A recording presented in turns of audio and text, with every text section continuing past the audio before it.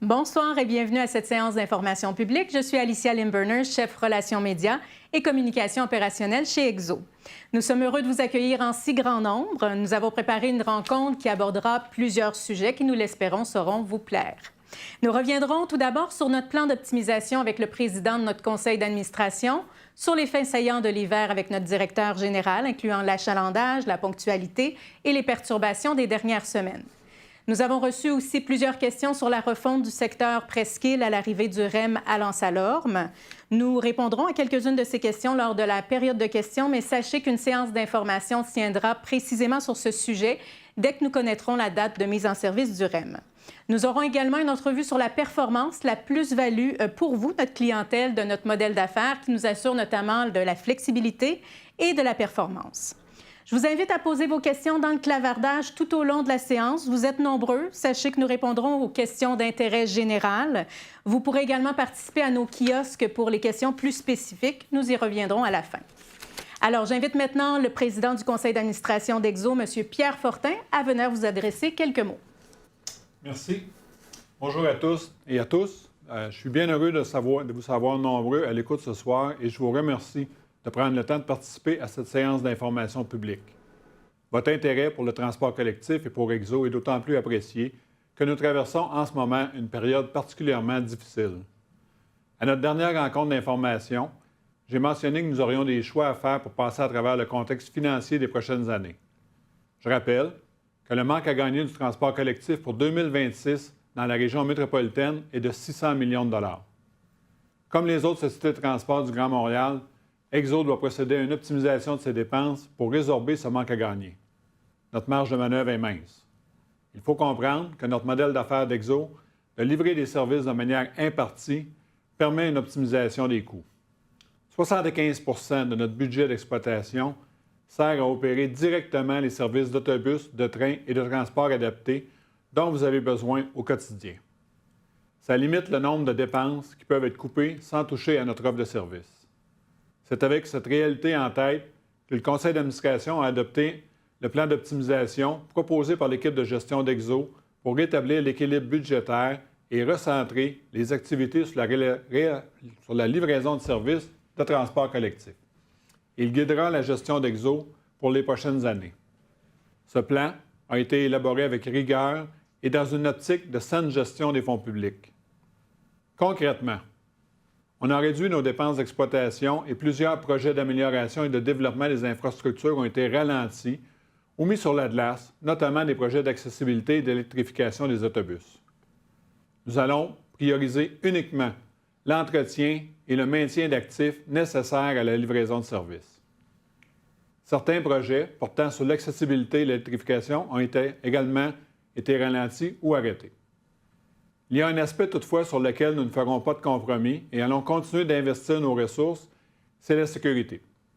Je peux vous assurer que la sécurité des installations et des clients sera toujours au cœur de nos priorités. Comme pour tous les projets, le budget d'exploitation est marqué par une baisse importante des dépenses, notamment nos coûts d'opération, le recours à des ressources externes, les effectifs et le nombre de licences et d'outils informatiques. Des ajustements à l'offre du centre de relations clients et des billetteries ont aussi été apportés. Je laisserai Marc Rousseau, notre directeur général, nous en parler davantage dans quelques minutes. Ce n'est pas de gaieté de cœur que nous avons pris ces décisions. Les ajustements que nous avons dû faire vont à l'encontre de notre ambition qui serait plutôt de développer nos services. Cela étant dit, ils étaient nécessaires dans un contexte actuel pour assurer notre viabilité financière. Nous avions le devoir, comme conseil d'administration et comme gestionnaire, d'agir de manière responsable et c'est ce que nous avons fait et continuerons à faire. Au total, le budget 2026 présente des optimisations de dépenses récurrentes de 18,9 millions de dollars. Celles-ci s'ajoutent à celles de 17,1 millions de dollars déjà effectuées en 2024 et 2025. Au-delà des efforts d'Exo, d'autres solutions vont devoir être identifiées pour maintenir une adéquation entre les besoins de la population, les usagers et notre offre de services et pour assurer un financement durable du transport collectif. C'est pourquoi, dans les prochaines semaines, des discussions sont prévues avec l'Autorité régionale de transport métropolitain et nos partenaires municipaux pour en discuter. Bien que nous réduisons notre budget, la mission demeure intacte. Livrer une offre de service adaptée aux besoins de mobilité particulièrement dans les couronnes nord et sud de Montréal. Je suis convaincu que le plan 2026-28 est une réponse adaptée au contexte actuel et par sa mise en œuvre, notre organisation ressortira plus forte et positionnée comme un acteur responsable et performant et nos usagers pourront bénéficier de services fiables. Sur ce, je vous souhaite une bonne séance d'information et je passe la parole à Marc Rousseau, notre directeur général. Merci Pierre. Bonsoir et bienvenue à tous ceux qui se joignent à nous ce soir. Pour commencer, j'aimerais prendre quelques minutes pour passer en revue nos indicateurs de performance opérationnelle des derniers mois. Dans l'ensemble, les signaux sont plutôt encourageants, mais nous sommes confrontés quand même à certains défis. Et comme vous êtes aux premières loges, pour en ressentir les effets, je veux prendre un peu de temps pour vous fournir quelques explications. Donc, à l'automne 2025, comme vous voyez sur le petit graphique, on voit nettement qu'il y a eu une augmentation de la croissance d'achalandage, notamment sur le réseau d'autobus. L'achalandage poursuit sa croissance, mais pour le mois de septembre, spécifiquement, c'était 10 d'augmentation qu'on a eu année sur année. Et ça nous a causé notre premier défi, en fait, qui est le défi de la surcharge à bord des autobus. Maintenant, ce n'est pas tous les secteurs et toutes les lignes qui sont de retour au niveau pré-pandémique, mais l'achalandage augmente quand même d'année en année. Alors, la croissance globale en 2025 pour le réseau autobus est de 5 et pour le réseau de train, on parle de 13 Du côté train, on a vécu également quelques surcharges à bord des voitures de train. Cependant, on sait qu'on a encore de l'espace là, à bord de nos trains, alors qu'à bord des autobus, sur certains départs, là, on le sait, qu'on a eu de la difficulté là, à pouvoir embarquer tous les passagers au cours du mois de septembre et du mois d'octobre. Cependant, en lien avec le contexte budgétaire que Pierre vient de nous parler, mais malheureusement, ça ne nous permet pas d'augmenter le nombre de départs, donc il est de plus en plus difficile de pallier à cet enjeu là, de surcharge. Alors, lorsque c'est possible, bien sûr, là, on fait des ajustements nécessaires aux horaires pour ajuster et s'assurer de répondre à la demande, mais tous ces ajustements-là doivent se faire à coût nul. D'un l'autre côté, quand on regarde du côté du transport adapté, on continue aussi la croissance d'achalandage. On a battu là, un record qui avait déjà été établi, en fait, là, au mois d'octobre de 2024. C'était un record historique, donc on a rebattu ce record-là au mois d'octobre 2025. On a enregistré, en fait, une croissance de 10 au cours de l'année lorsqu'on compare l'achalandage de 2025 sur 2024. La bonne nouvelle, c'est que notre taux de ponctualité se maintient. Donc, on a maintenu un taux de ponctualité de 87,8 depuis le début de l'année. Ça ressemble étrangement à ce qu'on a réussi à faire également l'année dernière. L'excellente performance de nos services de transport adapté se reflète également dans le taux de satisfaction de notre clientèle du transport adapté, qui était, lors du dernier sondage, parce qu'on mesure ça au trimestre, donc de 88 au dernier trimestre de l'année passée. Maintenant, parlons du service autobus au niveau de la ponctualité. Donc là arrive le deuxième défi, en fait, qui est le défi de la congestion routière. Donc la congestion routière, bien sûr, entraîne des retards sur notre réseau d'autobus, ce qui vient nécessairement impacter le taux de ponctualité qu'on a sur nos lignes d'autobus. Bien sûr, au cours de l'hiver, il y a les conditions climatiques qui peuvent également affecter nos opérations, mais depuis le début de cette année, là, on a quand même un taux de ponctualité de 79 c'est-à-dire 79 en fait, des autobus passent à soit une minute d'avance ou au maximum 5 minutes de retard.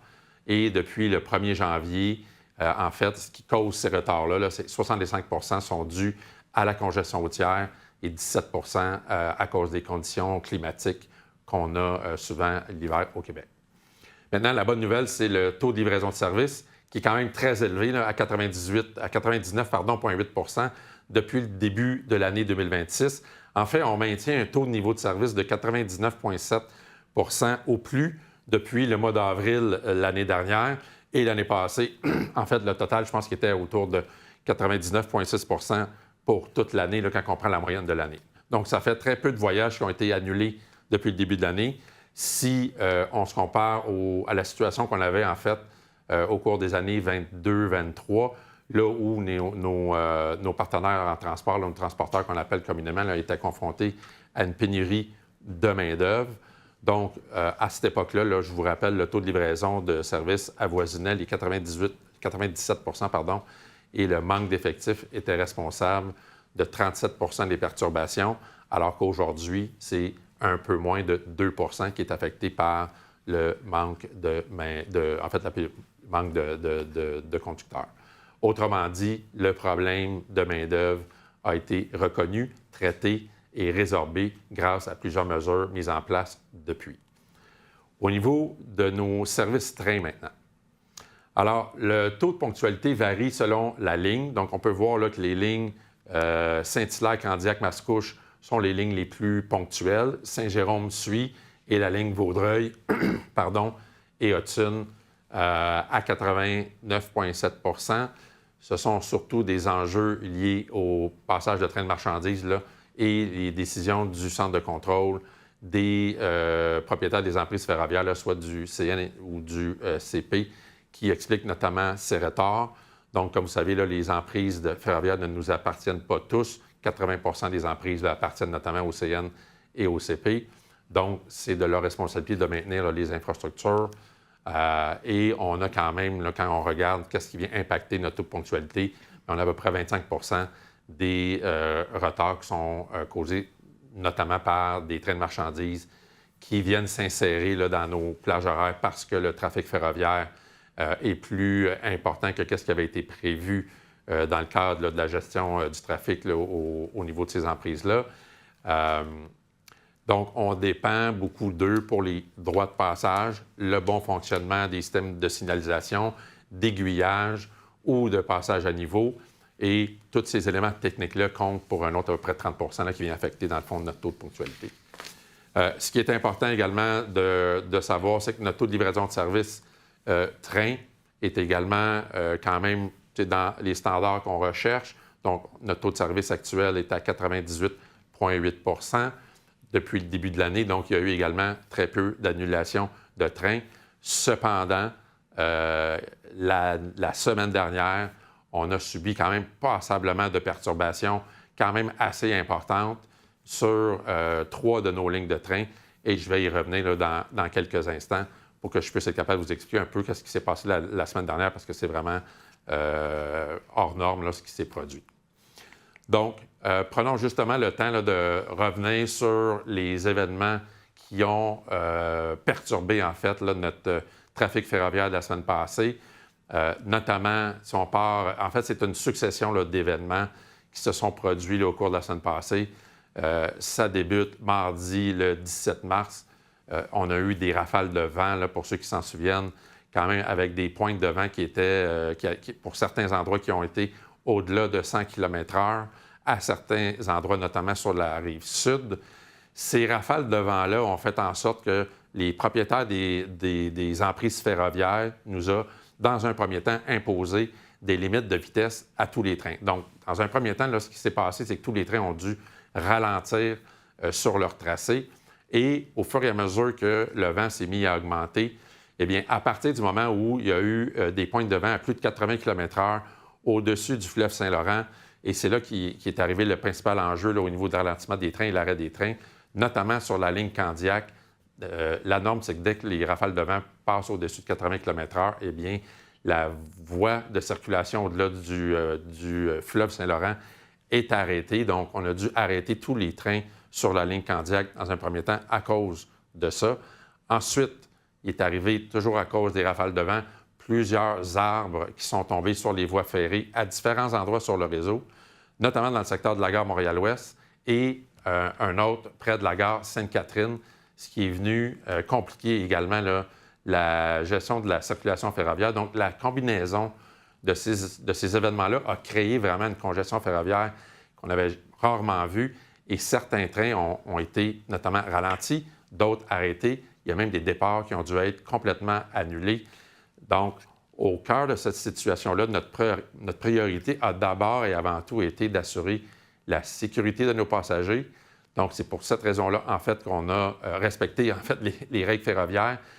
Donc, on a dû immobiliser les trains Il faut comprendre que les règles ferroviaires sont très strictes. Nous, on est régi par les règles ferroviaires canadiennes, au même titre que les propriétaires des emprises ferroviaires comme le CN et le CP sur lesquels on roule.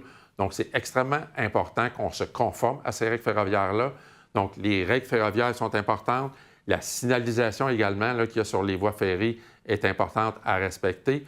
Et cette signalisation-là, en fait, c'est des signaux rouge-vert. Pour ceux qui sont habitués de prendre le train, là, vous savez de quoi je parle. Donc, cette signalisation-là, elle est orchestrée et coordonnée, en fait, par les centres de contrôle ferroviaire, soit du CN ou du CP. Donc, dans le cas qui nous touche ici, pour la semaine dernière, on a eu 3 lignes de train, en fait, Candiac, Mascouche et Vaudreuil, qui ont été grandement touchées par les rafales de vent. Donc, le centre de contrôle ferroviaire a ralenti et même arrêté certains trains en nous envoyant des signaux ferroviaires pour nous permettre d'arrêter les trains. Et là, il y a beaucoup de gens qui se sont posé la question, mais pourquoi vous ne nous avez pas débarqué à la gare la plus proche? Et là, je répète, à partir du moment où les signaux sont passés au rouge, c'est extrêmement critique qu'on arrête les trains. Si on poursuit, on s'expose à des pénalités excessivement salées là, de la part de Transport Canada. Donc, ce qui est important de garder en tête, c'est que EXO a respecté les signaux, s'est assuré de la sécurité de ses passagers et je pense qu'on a fait à ce moment-là les bonnes choses. Maintenant, à partir du mercredi, donc le lendemain, on s'est retrouvé avec un déraillement d'un train de marchandises, en fait, sur la ligne Vaudreuil. Donc, ça aussi, pardon, ça nous a occasionné des enjeux importants de respect des horaires. On a, en fait, trouvé une façon de garder notre clientèle informée à travers nos différents médias, donc Chrono, le site Web, etc. On convient là, que la veille, c'était quand même extrêmement difficile à travers tout ce trafic et ces arrêts de train-là, de garder de façon régulière la clientèle informée à l'intérieur des trains. On a quand même réussi à pousser l'information à travers notre système Chrono. Donc, si j'avais un bon conseil à donner à nos clients, c'est de vous connecter à l'application réseau. Vous allez toujours avoir l'information en temps réel, que vous soyez à l'intérieur des bus ou à l'intérieur des trains. Donc, je reviens à la journée du mercredi. Donc, on a réussi avec nos partenaires à organiser quand même très rapidement des systèmes ou des services plutôt alternatifs pour permettre aux usagers de la presqu'île de continuer à se déplacer. Les usagers, à ce moment-là, je pense, ont été bien informés par des messages vocaux à bord des trains et des autobus, des modifications qu'on a faites au trajet. Et ça a créé, dans le fond, des mesures alternatives là, qui se sont offertes à la clientèle à ce moment-là. On a aussi déployé des gens sur le terrain pour accompagner notre clientèle, pour s'assurer que les gens savent un peu où se diriger là, au moment où on s'est retrouvé avec des annulations. En fait, c'est qu'on a dû arrêter complètement le trafic ferroviaire entre la gare de Hudson et la gare de l'île Perrot. Donc, on a, je pense, à ce moment-là, porté une plus grande attention à la communication à nos clients là, dans le cadre de la journée du mercredi et du jeudi, parce que ça s'est étalé quand même sur 2 jours. Et nous allons continuer de travailler là, sur l'amélioration de la communication là, en cas de perturbation. Je vous rappelle là, que la journée de mardi, ça a été quand même, et de mercredi, là, c'était quand même hors norme. Là. En tout, c'est 47 annulations de départ de train en 4 jours seulement qui sont reliés à ces 2 événements, donc les rafales de vent du mardi et le déraillement du train de marchandises là, qui s'est étalé sur la journée de mercredi et jeudi. Et juste pour vous donner un ordre de grandeur, là, c'est 61 des annulations de train depuis le début de l'année. Donc, les 47 annulations en 3 jours représentent 61 des annulations qui ont lieu depuis le tout début de l'année. Donc, c'est 2 fois plus d'annulations qu'on a eues là, en 4 jours que ce qu'on a eu au cours des 2 derniers mois. Donc, on est très conscient que ces journées ont été extrêmement difficiles pour plusieurs de nos clients qui prennent le train. Je tiens à vous remercier de votre patience et de votre compréhension pendant ces perturbations, disons-le, qui étaient vraiment exceptionnelles. Donc, encore une fois, merci de votre patience et j'espère que ça vous a permis un peu de mieux comprendre ce qui s'est passé là, au cours de la semaine passée sur notre réseau de trains. Et là, je vous garantis que c'est pas mal revenu à la normale là, cette semaine. Maintenant, j'aimerais vous parler de deux changements qui s'en viennent, ou un en fait qui est passé, puis un qui s'en vient.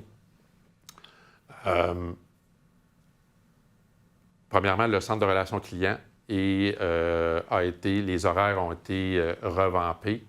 Donc, depuis le 1er mars, en fait, les horaires ont été modifiés. Pour ce qui est des points de vente et services, les points de vente et services sont ouverts les mardis, mercredis, jeudis, vendredis et samedis, donc fermés les dimanches et lundis. Notre centre de relations clients, lui, pour le transport régulier, est ouvert du lundi au samedi de 9h à 17h. Le dimanche, c'est fermé. Notre centre de relations clients, lui, pour le transport adapté, est ouvert toujours, en fait, 7 jours par semaine, de 9h à 17h cette fois-ci. Donc, ça permet quand même à notre clientèle de pouvoir continuer à faire des réservations pour ce qui est du transport adapté 7 jours par semaine. Cependant, vous devrez maintenant contacter le centre de relations clients pour vos réservations de 9h à 17h. Pour ceux qui veulent continuer, pour ceux qui étaient habitués de le faire en soirée et qui ont accès, dans le fond, à un lien Internet, là, on vous propose de passer, en fait, là, du côté de notre site Web où vous pourrez en fait, là, réserver vos déplacements au moment où ça vous convient. Donc, on vous invite à visiter notre site Internet là, pour vous familiariser justement avec les nouveaux horaires et à prévoir les déplacements. On a reçu, en fait, également plusieurs questions en prévision de notre rencontre d'aujourd'hui. Donc, nous serons en mesure de vous faire là, une mise à jour là, dès que possible.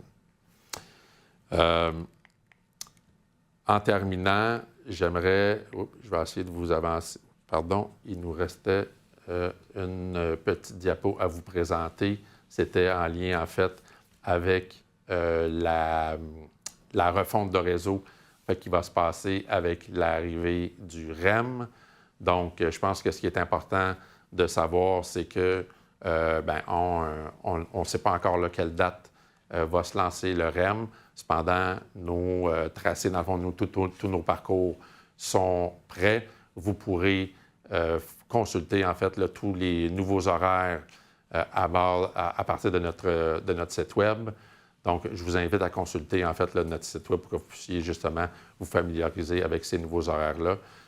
Et il y aura également là, des séances d'information qui vont s'organiser au fur et à mesure, là, dès qu'on aura une date de lancement là, pour le web, le REM, pardon. Donc, c'était ce que je voulais vous présenter ce soir et ce que je voulais partager avec vous, en fait, là. Donc, je vous remercie beaucoup et sur ce, je repasse la parole à Alicia. Merci, Marc. Alors, nous allons maintenant vous offrir une entrevue sur un sujet qui a fait l'actualité le mois dernier. L'Institut de recherche et d'information socio-économique, l'IRIS, a publié une étude portant sur la sous-traitance dans les services de transport en commun, plus spécifiquement sur le service autobus. Donc, cette étude suggère que la qualité de nos services n'est pas au même niveau que les autres sociétés de transport en raison de notre modèle d'affaires. Marc l'a un peu abordé tout à l'heure, mais il nous semblait approprié de revenir sur ce modèle d'affaires et ses bénéfices. Et nous avons aussi avec nous M. Jim Colonel-Bertrand, qui est directeur exécutif exploitation. Donc, les deux feront l'entrevue avec moi.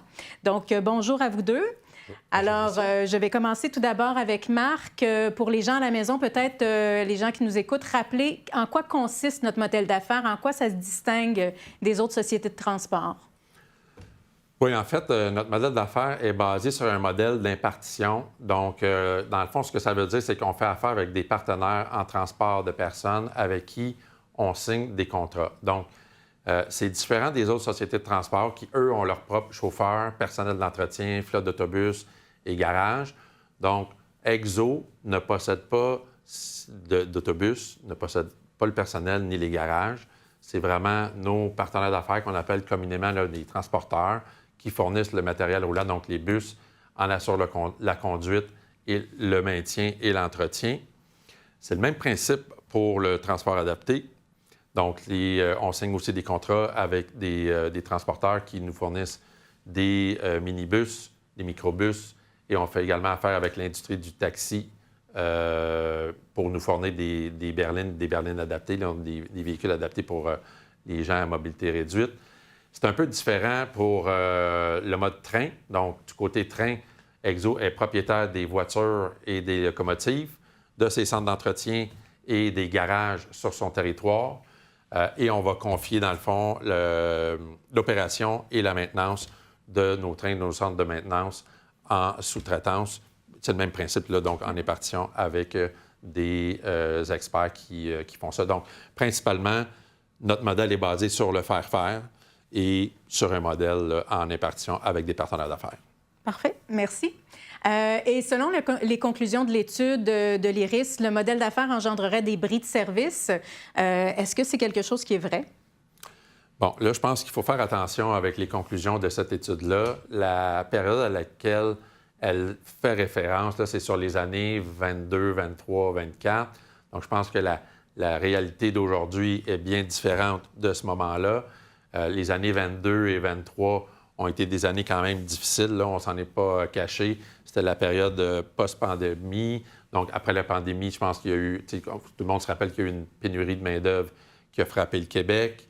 Les sociétés de transport n'y ont pas échappé, et Exo non plus. Il y a eu plusieurs annulations et les retards ont touché des milliers d'usagers là, dans ces années-là. Et là, grâce à des mesures qui sont plus ciblées, puis la création d'une cellule d'action qui a réuni quand même plusieurs partenaires d'affaires là, autour d'une même table, nous a permis de régler la situation. Je vous rappelle que, écoutez, à ce moment-là, le taux de niveau de livraison de services là, était à 97 %. Aujourd'hui, je vous annonçais tantôt qu'on était à 99,8 %. Donc, les perturbations liées au manque d'effectifs ont été pratiquement entièrement résorbées. La principale source de retard aujourd'hui, comme je le mentionne un peu plus tôt, c'est la congestion routière. Donc, il y a plus de 60 % des causes des retards en 2025 qui sont la congestion routière versus à peu près 2 % là, qui se trouvent encore avec le manque d'effectifs. Donc, je pense que notre modèle d'épartition, il est bon, il a fait ses preuves, il livre le service. Je pense que le modèle d'épartition, il est aussi bon, en fait, hein, que ce qu'on va mettre dans nos devis techniques, en fait, ce qu'il y a dans nos contrats de service avec les transporteurs. Donc, on a beaucoup amélioré, en fait, nos contrats de service avec les transporteurs. On a appliqué des trucs là, qui s'assurent qu'ils vont être en succès. On s'est aussi assuré, par exemple, là, qu'il y aura des autobus de réserve, qu'il y a des chauffeurs de réserve, donc des trucs comme ça là, qui, un peu calqués comme les sociétés de transport traditionnelles, qui nous ont permis là, de ramener, puis d'assurer de ramener le service, en fait, et d'assurer le succès de nos transporteurs. Donc, je pense que d'opposer un modèle d'impartition versus le modèle public, c'est pas un n'empêche pas l'autre. Je pense que les deux ont des avantages et des inconvénients. Et nous, le choix qu'on a fait, c'est de poursuivre, là, dans le fond, dans notre modèle d'impartition, qui était un peu le modèle qui nous a été transmis, en fait, hein, par les anciens CIT, modèle qu'on a quand même amélioré, je pense, avec le temps. Et puis, ça fonctionne quand même bien là, avec le train. Donc, on le voit là, au cours des 2 dernières années, on a quand même beaucoup amélioré le service là, avec le même modèle. Parfait, merci pour la clarification. Justement, Jim, on en parlait un petit peu avec Marc tout à l'heure au niveau des transporteurs. Comment ça se vit vraiment? Puis au niveau de nos équipes d'Exo, ce modèle-là en particulier? Oui, bien, en fait, Alicia, le modèle d'affaires, on parle de modèle d'affaires, qu'est-ce que ça veut dire? Bien, ça s'inscrit un peu dans la culture d'Exo, qui est une culture de performance. Donc, comme Marc l'a mentionné, ça veut dire qu'on a inclus dans nos contrats des clauses qui incitent la performance. On a aussi inclus des pénalités qui sont sévères, donc pour les décourager là, de manquer de fiabilité. Mais de l'autre côté, on a inclus aussi des incitatifs. Donc, on vient les inciter à avoir une bonne performance. Donc, nos appels d'offres aussi sont vraiment au plus juste du besoin. On va vraiment au plus proche de notre besoin opérationnel. On essaie de limiter les inefficiences. On limite les kilomètres improductifs, par exemple, pour nous permettre vraiment d'avoir le prix le plus juste par rapport au service qu'on a besoin de livrer. Marc en a parlé tantôt. On avait réuni, lors des périodes plus difficiles, là, une cellule d'action qui regroupait là, plusieurs acteurs de l'industrie, des élus, certains de nos transporteurs, des associations. Donc, vraiment, c'était vraiment multidisciplinaire. Il en est ressorti beaucoup d'actions et une des actions était de s'éloigner du mode plus bas soumissionnaire conforme, donc qui était vraiment le mode qu'on utilisait avant, où on a basculé vers un mode qualitatif. Donc, on a vraiment maintenant une évaluation qualitative qui vient se juxtaposer à l'évaluation du prix. Donc, ce n'est pas le prix avant tout, c'est un mélange de qualité et de prix.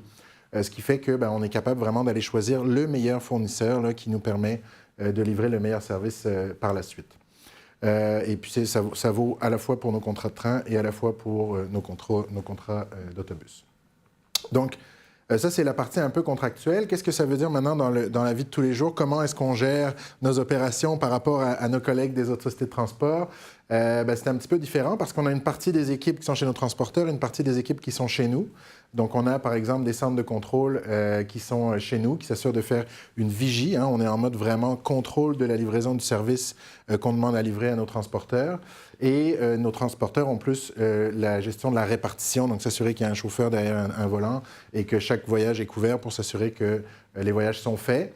Ils sont en contact 24 heures sur 24, 7 jours sur 7, 10 fois par minute, les uns avec les autres, pour s'assurer qu'on est vraiment au devant des coûts, là, donc qu'on essaie d'anticiper les perturbations. On les aide à ajuster les détours pour les autobus. Évidemment, en train, on ne fait pas de détours. Et puis, évidemment, aussi pousser l'information auprès de la clientèle. C'est très important. C'est un des rôles de nos centres de contrôle. C'est de compiler les perturbations et aussi d'informer la clientèle avec le temps le plus rapide possible entre la perturbation et l'information. Ça nous permet aussi, notre modèle d'affaires, d'être très agile par rapport à l'ajustement de certains horaires. Donc, on est capable de se retourner très vite là, pour ajuster des horaires quand il y a un problème. Quand on lance, par exemple, à l'automne, une nouvelle série de nouveaux horaires ou, par exemple, après une refonte de réseau. Généralement, quand on fait une refonte de réseau, il faut comprendre qu'on retrace tout l'ensemble des lignes. Donc, on n'a pas nécessairement un temps de parcours qui est parfait au début. Donc, on est capable d'ajuster très, très vite, en dedans de quelques jours, là, les horaires, contrairement à nos collègues des autres sociétés où c'est parfois un petit peu plus long. Ça nous permet également, on en a parlé tantôt, de réagir très rapidement quand on a une grosse perturbation à gérer, par exemple pour notre service de train où on a eu le déraillement du train de marchandises la semaine dernière. Donc, on a très, très vite là, pu aller solliciter deux de nos transporteurs principalement, délester certains voyages dans leur secteur pour venir récupérer des véhicules, des chauffeurs, pour venir vraiment aller tout de suite mettre des navettes. Donc, l'après-midi même, on avait des navettes de prêtes pour apporter une solution B à nos clients de train qui ne pouvaient plus se déplacer en train. Donc, ça nous permet, ce modèle d'affaires, d'être très, très réactif. On peut même citer, il y a quelques années, ceux qui s'en rappellent, la fermeture de la ligne Candiac due au blocus. On l'a appris le dimanche à midi et le lundi matin à 8 h, on avait 35 autobus de prêt avec un contrat fait très, très vite pour nous permettre de pouvoir apporter un plan B à nos clients. Donc, ça nous permet d'être très, très rapide et de s'ajuster en temps presque réel. Donc, voilà un petit peu pour le modèle. Alors, est-ce que c'est un modèle parfait? Non, il a ses défis. Hein. Marc le disait, c'est pas tout blanc, c'est pas tout noir. Le défi principal, c'est que les employés en charge de la livraison du service ne sont pas nos employés. Donc, des fois, ça peut ralentir un petit peu la communication de l'information. On essaie de trouver des moyens que ça ne la ralentisse pas, mais du fait que ce ne sont pas nos employés, ça rajoute une étape dans la communication, des fois, là, de directives opérationnelles, par exemple.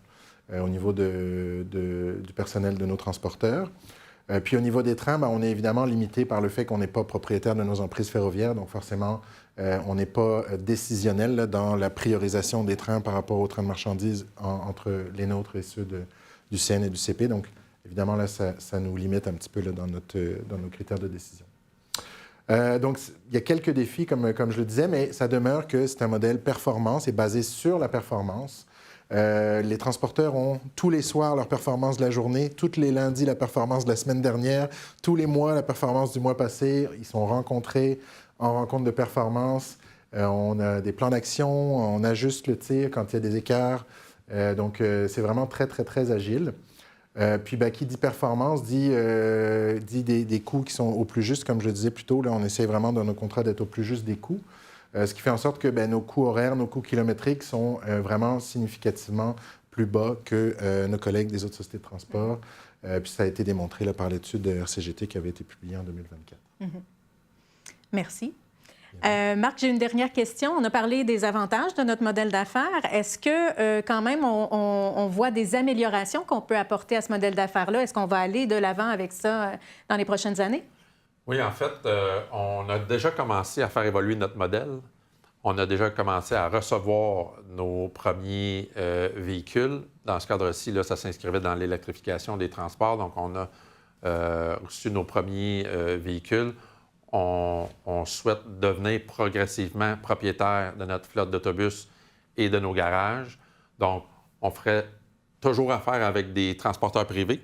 Donc, le même modèle qu'on a aujourd'hui avec les trains, en fait, là, va être, donc, nos partenaires d'affaires vont continuer à être responsables de l'entretien et de la conduite des véhicules. On pourra, étant propriétaire des véhicules et des garages, on pourra mieux lisser l'utilisation des véhicules à travers leur cycle de vie actuellement.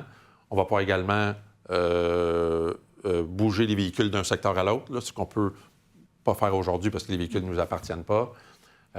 Ça va également nous permettre d'avoir accès à des subventions du gouvernement du Québec, un peu comme les sociétés de transport ont aujourd'hui. Et tout ça va nous aider à faire baisser nos coûts d'exploitation et nous permettre de dégager des économies sur le long terme. Parfait.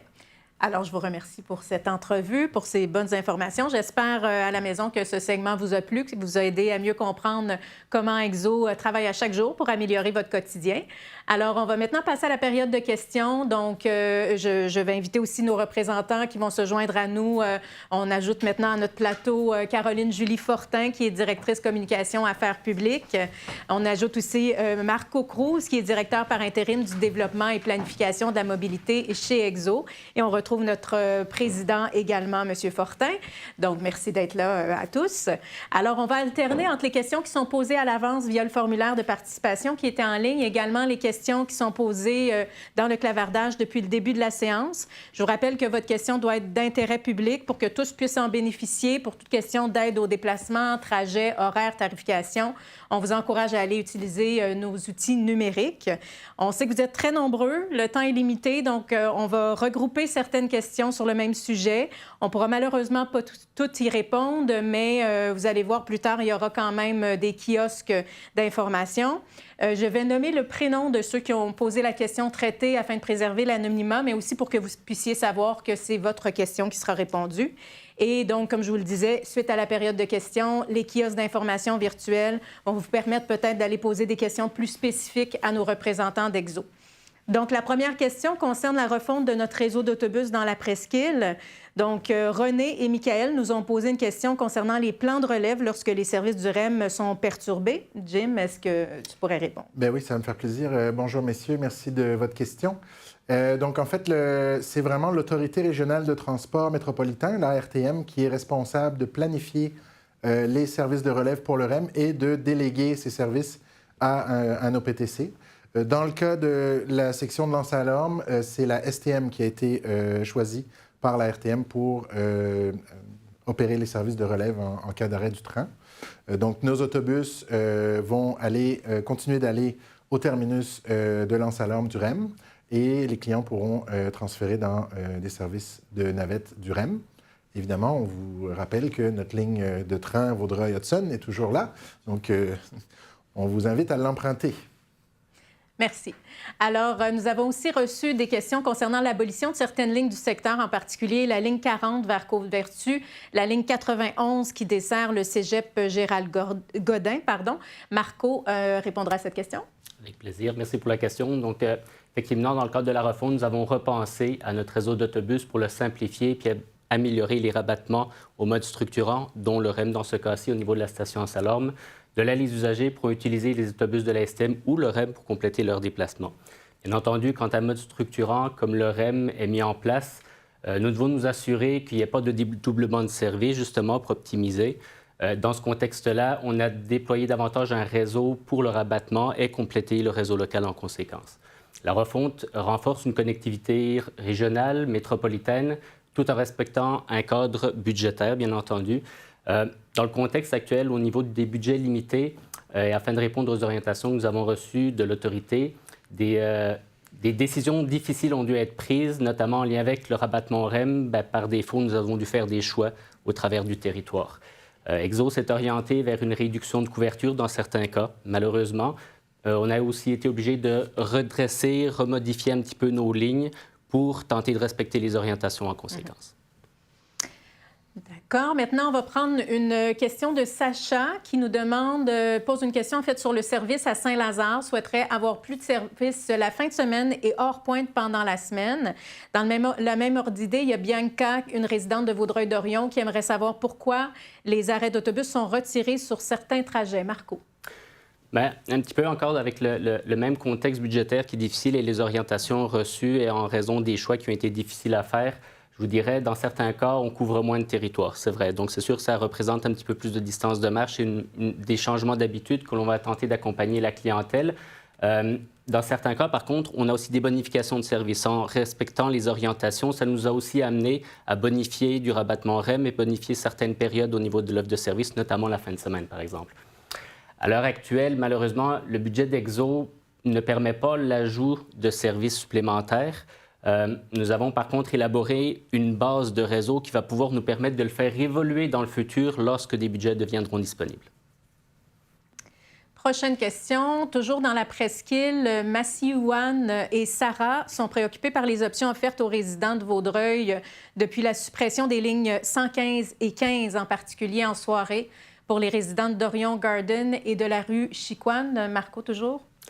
Donc, un petit peu avec les mêmes argumentations que le contexte au niveau des choix qui ont été faits. Donc, effectivement, la ligne 15 est supprimée, mais elle a été retravaillée, je vous dirais. Donc, de façon générale, il y a une partie du parcours qui a été scindée avec deux lignes, soit la ligne 191 avec la nouvelle numérotation ou la ligne 200.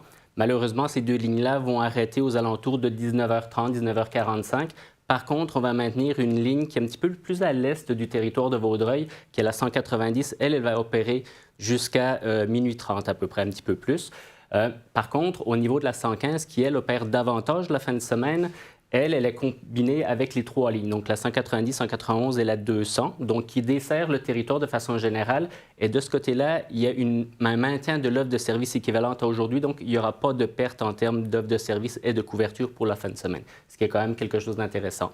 En parallèle de ça, par contre, à partir de la gare d'Orion, donc au sud du secteur de Vaudreuil, on met en service une ligne directe au REM qui va desservir les municipalités de l'île Perrot. Et ça sera soit la 591 qui va fonctionner la semaine ou la 790 la fin de semaine qui desservira aussi une portion de la municipalité de Pincourt. Donc, c'est sûr qu'il y a quand même des choses qui peuvent être ajoutées et notamment la fin de semaine, je vous dirais, c'est là où on a été en mesure d'avoir un petit peu plus d'offres de services par rapport à la situation actuelle. Merci. Maintenant, Axel Fournier qui pose une question sur les compressions budgétaires annoncées en début d'année et le montant qu'il reste à identifier. Maintenant, on va se diriger vers Pierre. Merci. Merci. Ça va donner un petit break à Marco. Dans le contexte où les enjeux de financement de transport collectif sont plus importants que jamais, puis j'en ai parlé dans mon mot d'ouverture, on avait 4 grands volets dans notre plan. Premièrement, on a réajusté notre budget d'investissement à la fin de l'année 2025, qui est passé de 2,5 milliards à 1,5 milliard, à 1,9 milliard sur un horizon de 10 ans. On a réajusté notre organisation, dans laquelle j'ai mentionné plus tôt dans mon mot qu'il y aurait un impact de 18,9 millions de dollars sur notre budget 2026. Maintenant, on se doit de travailler avec nos partenaires municipaux, travailler avec la RTM sur 2 grands volets. Un, l'optimisation de notre offre de services. Puis à titre d'exemple, on a renouvelé notre contrat de 10 ans d'exploitation des trains. C'était annoncé dans les derniers jours, qui va nous permettre de réduire les coûts d'exploitation au niveau train de 3,5 à 5 millions de dollars annuellement à cet égard-là. Et en dernier volet, on va travailler sur des défis de mutualisation avec les autres sociétés de transport et la RTM pour compléter notre plan. Merci. On a Michaela qui est en ligne, qui a posé la question, est-ce que la gare Terrasse Vaudreuil sera désaffectée? Marco? Non, bien, en fait, la refonte de réseau du côté du secteur de la presqu'île vise essentiellement le service d'autobus, mais il n'y a pas de modification au niveau de l'offre de service sur la ligne Vaudreuil.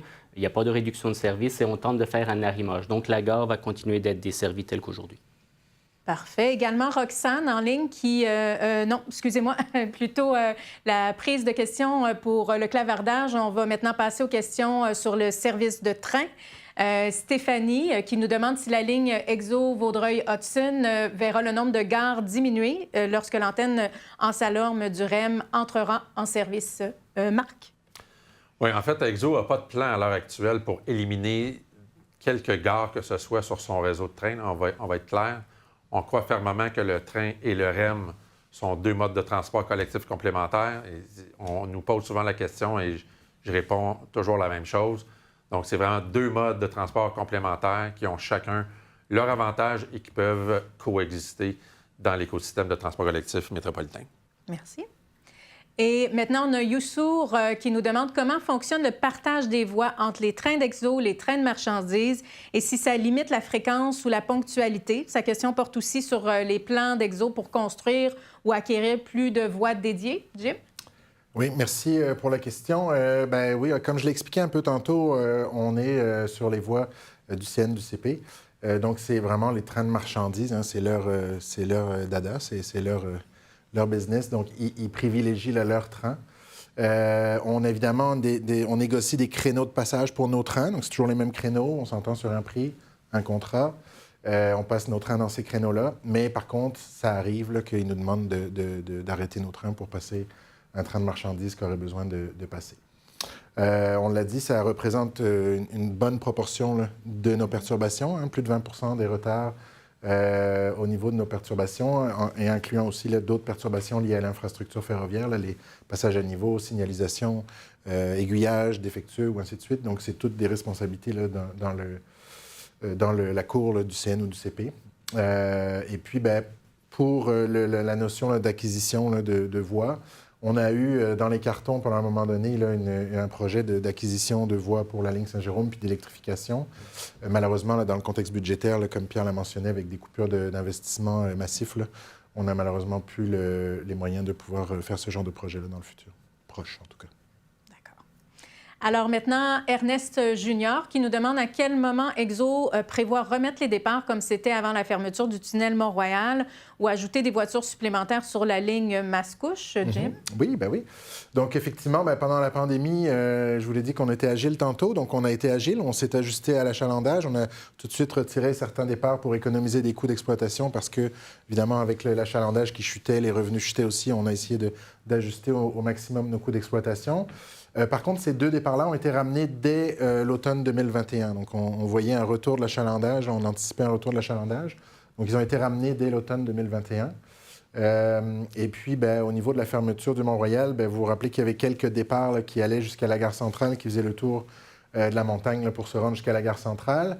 C'est désormais, évidemment, depuis le 12 janvier, depuis le lancement du REM sur la ligne de montagne, on a maintenant une belle gare à Côte-de-Liesse, une gare commune, c'est la seule, hein, où on a le REM d'un côté du quai et nos trains de l'autre côté du quai. On a un garage de jour où les trains viennent se stationner dans la journée. Donc, on fait maintenant la liaison à Côte-de-Liesse. Puis, au niveau du nombre de voitures, évidemment, on se doutait bien qu'avec l'arrivée du REM et ce nouveau point de connexion pour la clientèle, ça allait devenir populaire assez vite.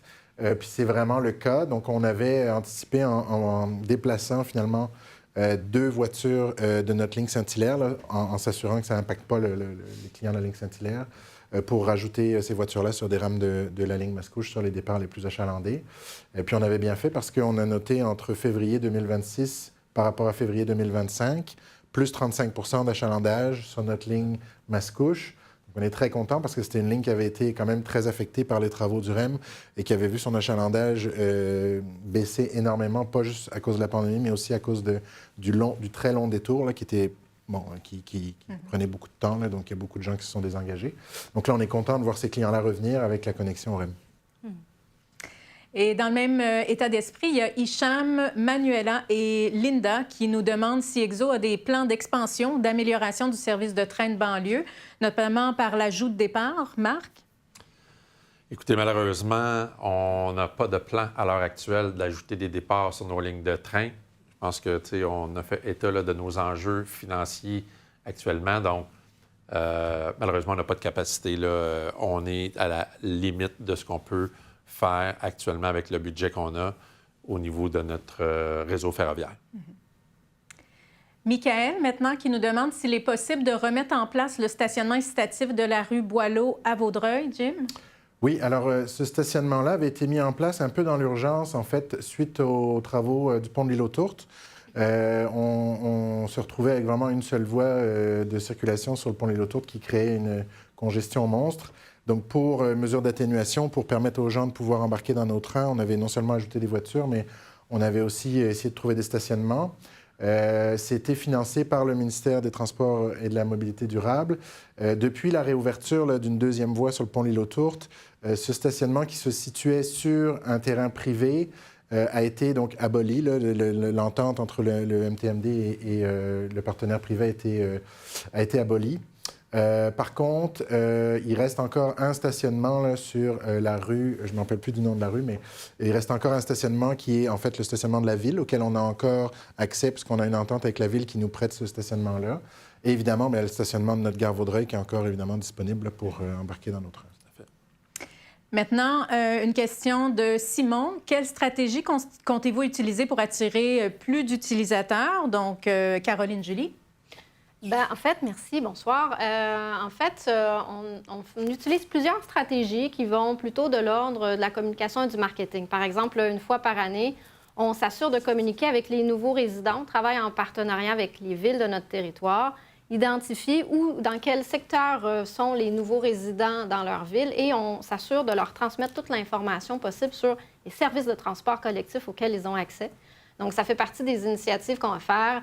Évidemment, aussi, quand on a parlé des nouveaux réseaux qui sont sur le plan d'être ou qui sont en voie d'être mis en fonction, bien évidemment, là, on s'assure de transmettre l'information le plus largement aux clients de manière à ce qu'on puisse susciter l'arrivée de nouveaux utilisateurs ou de gens qui avaient peut-être encore une hésitation sur l'utilisation du transport. Donc, on leur donne les moyens de l'essayer au moins une fois, en espérant qu'ils feront le pari de rester, de continuer à utiliser le transport collectif.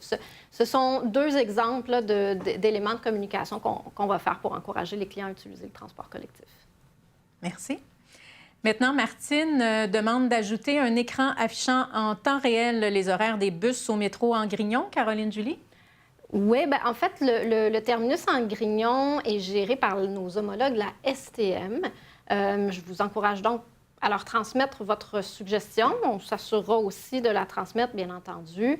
Ceci dit, si ce que vous voulez, c'est avoir accès à l'information plus en temps réel des départs de nos autobus, bien là, je vais vous encourager davantage à peut-être utiliser nos outils numériques comme Chrono qui vont vous informer en temps réel là, de l'état de service. Nous avons aussi reçu une question de Gisèle qui nous demande si nous avons pensé accorder la gratuité dans les bus de Châteauguay, comme ça se fait dans d'autres villes. Caroline Julie? En fait, vous avez peut-être remarqué que la gratuité, ce n'est pas dans toutes les villes qu'elle est présente. Et il y a une raison qui l'explique, c'est que c'est la prérogative de la ville de décider ou non d'accorder une gratuité à ses usagers, à ses citoyens. Et ils le font via une entente là, qu'ils vont signer avec l'autorité de transport métropolitain. Donc, c'est plutôt dans cet esprit-là. Donc, il faut peut-être davantage en parler avec votre ville et faire cette suggestion-là à la ville de Châteauguay qui voudra peut-être le faire. Maintenant, Jim, Robert demande pourquoi on n'utilise pas des autobus articulés et il trouve que les bus d'Exo sont trop petits. Bien, on est content qu'ils soient trop petits. Ça veut dire que l'achalandage est revenu et qu'on a du monde dans nos autobus. En fait, les autobus articulés, le problème, c'est que ça vient avec des besoins en infrastructure. Donc, il faut que les garages soient dimensionnés pour ça. Il faut que les quais soient dimensionnés pour ça dans nos terminus. Et ce sont des infrastructures que nous n'avons pas. Et toutes nos infrastructures sont bâties pour des autobus de 40 ou 45 pieds là, pour des autocars. Là. Mais il faudrait des quais de 60 pieds, des garages, des baies de maintenance de 60 pieds. Ce serait des montants phénoménaux. Par contre, c'est vrai que dans le cadre de notre changement de modèle d'affaires, là, où on regarde à acquérir nos propres autobus, ce qu'on regarde, c'est des autobus à double étage. Il existe sur le marché des autobus électriques à double étage. Là. Ça pourrait nous intéresser un jour parce que ça prend exactement le même empattement là, qu'un autobus urbain de 40 pieds, mais ça nous permet de déplacer 100 personnes au lieu de 50. Maintenant, Shannon nous pose une question par rapport à la synchronisation de la ligne 247 dans le secteur Laurentide au départ des trains de la gare Sainte-Thérèse. Marco? Effectivement, en fait, l'organisation du service puis la synchronisation des services est relativement complexe parce que là, on parle d'une synchronisation du service d'autobus, mais aussi avec le train. Donc, actuellement, ce qu'on est en mesure de faire, notamment en période de pointe du matin, la période de pointe est un peu plus écourtée que l'après-midi, qui fait en sorte que les horaires des trains sont un peu plus aléatoires et ne correspondent pas tout à fait aux mêmes intervalles de service que l'autobus. Par contre, avec la ligne 247, ce qu'on voit aujourd'hui, c'est qu'on arrive à coordonner ou à synchroniser des correspondances avec 3 arrivées de train. Donc, le train 172, 180, 182, il fonctionne. Les autres, en raison des décalages et que l'intervalle de service est différent, malheureusement, n'est pas en mesure de le faire. Par contre, l'après-midi, les intervalles de service sont un peu mieux répartis, correspondent davantage aux intervalles de service bus. Dans ce contexte-là, on a 6 correspondances possibles avec le train. Donc, je me permets de les énumérer quand même, 177, 179, 183, 187, 189 et 191. Il y aurait juste un train en après-midi, en période de pointe de l'après-midi, sur lequel on n'est pas en mesure de venir faire la correspondance. Mais c'est tout de l'arrimage entre l'organisation du service entre le système bus ou le mode bus et le mode train qui amène ces différents défis-là. Maintenant, Emmanuel nous demande quand on pourra voir un service direct entre les villes de la couronne sud-ouest et d'autres villes de la Rive-Sud sans devoir passer par Montréal, par exemple vers Saint-Constant. Marco. C'est une excellente question. Puis en fait, vous le savez probablement, on est aussi en processus de refonte dans le secteur sud-ouest. Donc, un nouveau secteur au-delà du secteur La Presqu'île. Dans ce contexte-là, on a déjà identifié effectivement qu'il y avait une forte demande entre ces deux secteurs-là. Donc, une refonte qu'il y avait eu du côté de Richelieu-Roussillon, par exemple. Donc, actuellement, c'est sur notre planche à dessin, puis c'est traité. Normalement, on devrait voir des prochaines consultations publiques en 2026 pour éventuellement une opérationnalisation en 2027. Donc, ça va être pris en considération dans l'exercice de refonte. Parfait, merci. Philippe nous demande, est-ce qu'il va y avoir une voie réservée pour les autobus qui partent de l'île Perrot vers le REM? Marco, toujours. Non. En fait, actuellement, au niveau de la voie réservée autobus, ça vient de la responsabilité du ministère des Transports. Actuellement, on sait qu'il y a plusieurs défis, plusieurs dossiers. Il y a le pont de l'île autour, il y a aussi des études qui ont été faites sur l'autoroute 20. Mais actuellement, ça relève du ministère, mais ça n'est pas actuellement dans les cartons d'avoir cette voie réservée-là à court terme. D'accord.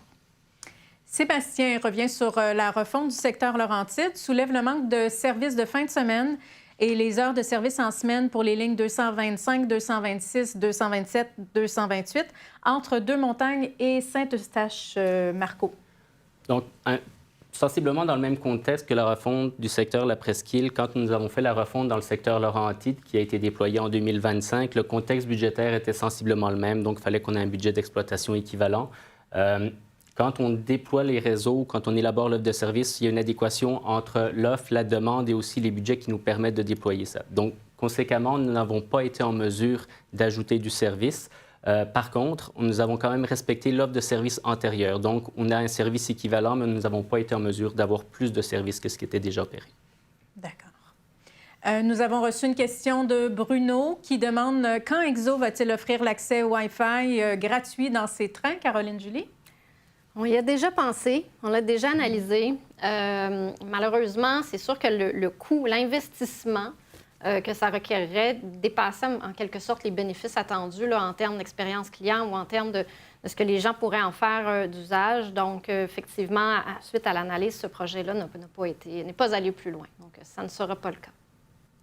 Maintenant, Danick nous demande, avec l'augmentation de la densité de la population dans la région de Terrebonne, en tenant compte des multiples constructions de tours à condos, est-ce qu'il y a une analyse sur les services de transport actuels? Donc, Marco?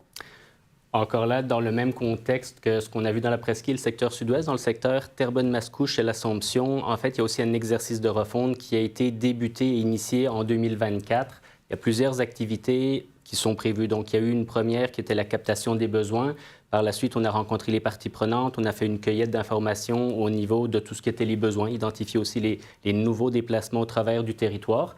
Actuellement, nous sommes en conception de l'offre de service et les intrants au niveau des développements des villes, du ministère, des autres parties prenantes, des autres services aussi comme les autres organismes de transport sont pris en considération.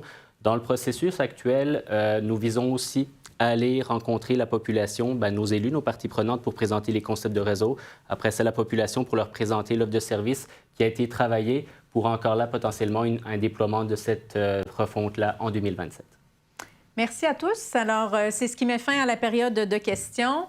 Si vous avez plus de questions, comme j'indiquais plus tôt, il y a des kiosques virtuels qui sont disponibles. Vous avez au bas de votre écran la fonction kiosque. C'est une première pour nous. On espère que ça vous plaira.